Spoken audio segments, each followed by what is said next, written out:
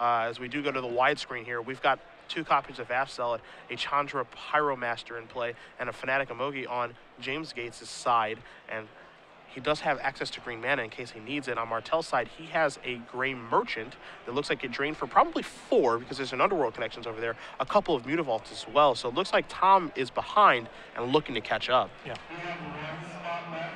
Here's a Thoughtseize. I was wondering if James has cards in his hand, and he does, and they are lands. So Tom ends up taking 2 from that Thoughtseize.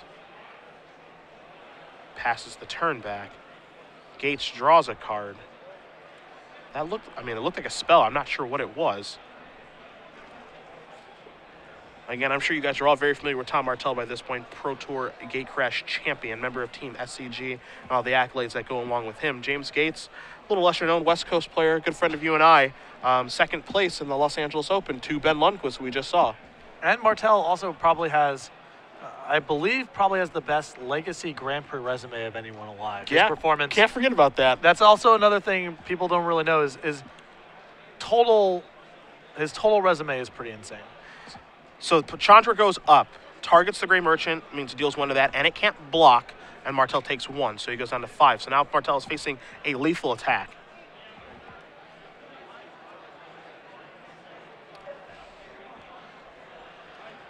So does Tom have anything here? He's got Mutavaults to block, but, they don't really get to make great blocks at this point.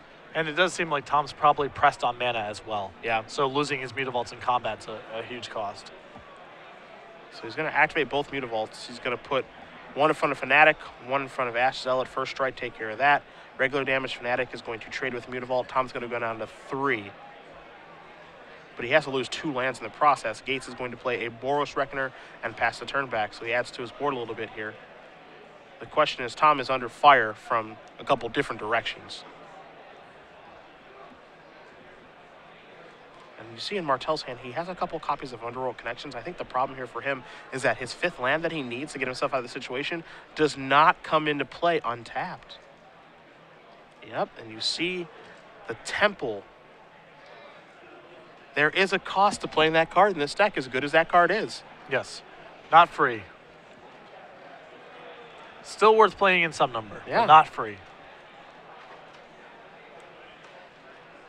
And I'm not sure if Martell can wiggle his way out of this situation, and he cannot, so he does extend the hand. So James Gates defeats Tom Martell.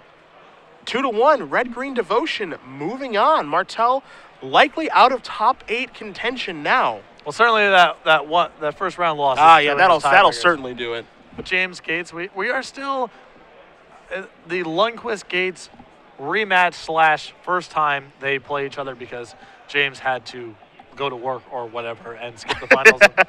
That's still in play. Both players at 5-1 now. Yep. We could even just see them, not even in the finals, but just a match. Next round, yeah. Yeah, which would definitely be enjoyable. So, congrats to James. Tom, unfortunately, we cut in there to a tough loss for you, but tournament's not over just yet as we